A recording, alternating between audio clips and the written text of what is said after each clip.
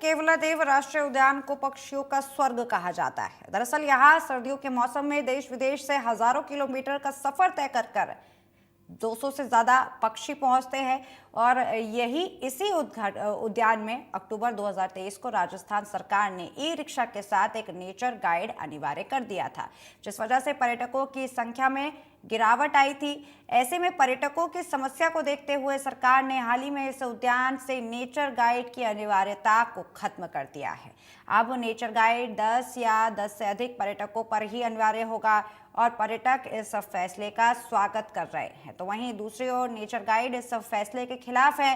Nature guide का कहना है कि इसी पार्क से हमारी रोजी रोटी चलती है, लेकिन इस फैसले से हमारी रोजी रोटी पर संकट पैदा हो गया है। तो वही केवलादेव राष्ट्रीय उद्यान डीएफओ मानस सिंह ने बताया कि पिछले साल अक्टूबर में राजस्थान सरकार ने प्रत्येक ई रिक्शा के साथ नेचर गाइड अनिवार्य कर दिया था, लेकिन मौजूदा सरकार ने संशोधन करते हुए प्रत्येक ई रिक्शा की बजाय अब नेचर गाइड 10 या इससे ज्यादा पर्यटकों पर अनिवार्य करने का फैसला सुनाया है। तो वहीं नेचर गाइड तरुण सिंह ने बताया कि केवलादेव राष्ट्रीय उद्यान, रणथंभौर और सरिस्का में एक जैसे नियम है। ई रिक्शा वाहन और उसके साथ नेचर गाइड होना जरूरी है। जब नेचर गाइड की अनिवार्यता खत्म कर रहे हैं तो ई रिक्शा को भी खत्म करना चाहिए। मतलब यार दोस्तों के साथ आते हैं जो शोरगुल करते हैं, अब म्यूजिक सुनते हैं, बहुत सारी चीज़ें, इससे पार्क को बहुत बड़ा नुकसान भी होने वाला है। सारी बर्ड्स एनिमल्स सब डिस्टर्ब होने वाले हैं।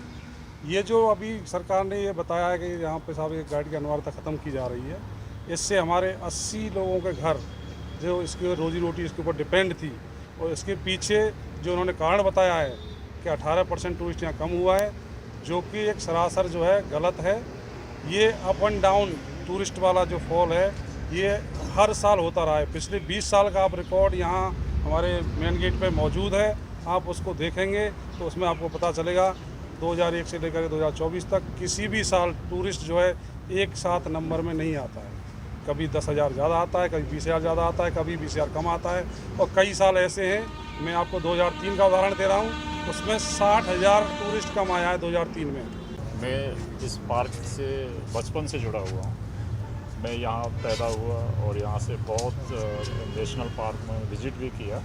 हर जगह हर नेशनल पार्क में इको टूरिज़्म पर विशेष ध्यान दिया जाता है। वहाँ के इनहेबिटेंट्स हैं, सरकार और government, I mean forest department उन्हें एंकरेज करती है और उनके लिए जॉब मुहैया कराती है। आज हम सभी के लिए जो 70-80 गाइड्स हैं उनके लिए कुछ विशेष तरीके से सोच समझ करके निर्णय ना ले करके ये ऐसा किया गया है। ये बहुत ही हमारे साथ में एक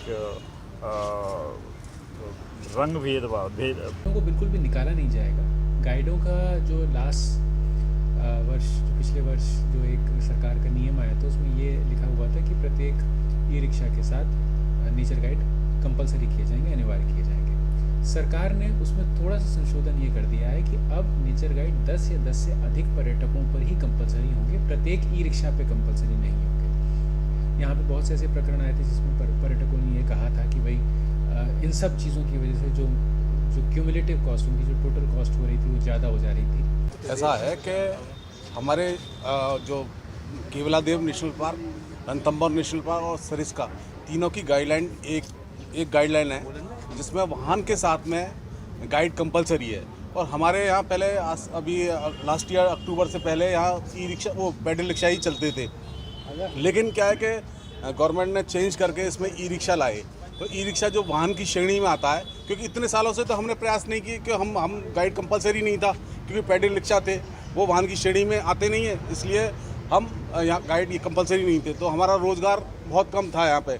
लेकिन जब पैडल रिक्शे यहाँ पे गवर्नमेंट ने जब पैडल रिक्शा चालू किए तो हमने अपनी मांग रखी कि हमें इसमें ई रिक्शा मतलब यहाँ तो हमें ई रिक्शे में कंपलसरी किया क्योंकि वाहन की श्रेणी में आता है। तो सरकार ने हमें वाहन की मतलब इसको वाहन मानते हुए हमें कंपलसरी किया गया। लेकिन टूरिस्ट के लिए यहाँ पे काफ़ी ऑप्शन थे। खाली ई रिक्शे में जो टूरिस्ट जा रहा है उसी के साथ गाइड कंपलसरी है। बाकी जो पैदल जा रहा है, साइकिल से जा रहा है, टोंगे चल रहे हैं, टोंगे से जा रहा है, उसमें कोई गाइड कंपलसरी नहीं था। तो आदमी कोई इजी गोइंग था। तो हम तो यही अपनी मांग रखते हैं कि हमारा जो ये कंपलसरी वाला मैटर है ये सरकार वापस ले, क्योंकि सरकार रोज़गार देना चाह रही है। आज बीजेपी गवर्नमेंट जो है वो रोज़गार देने, सबको रोज़गार देने की बात है, और सीएम हमारे भरतपुर के ही हैं।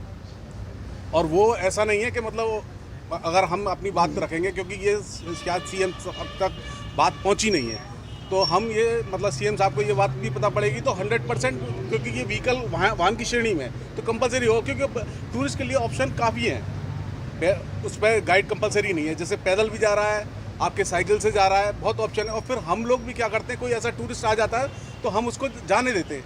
हमने कभी उसको नहीं रोका, बोले वो बजट में नहीं है तो मैंने कहा भाई ई रिक्शे में जा रहा है तो जाओ, गाइड हम नहीं भेज रहे, उसके साथ में भी नहीं भेज रहे। ये आपका नाम बताइए। मैं Tarun Singh, naturalist, Keoladeo national park.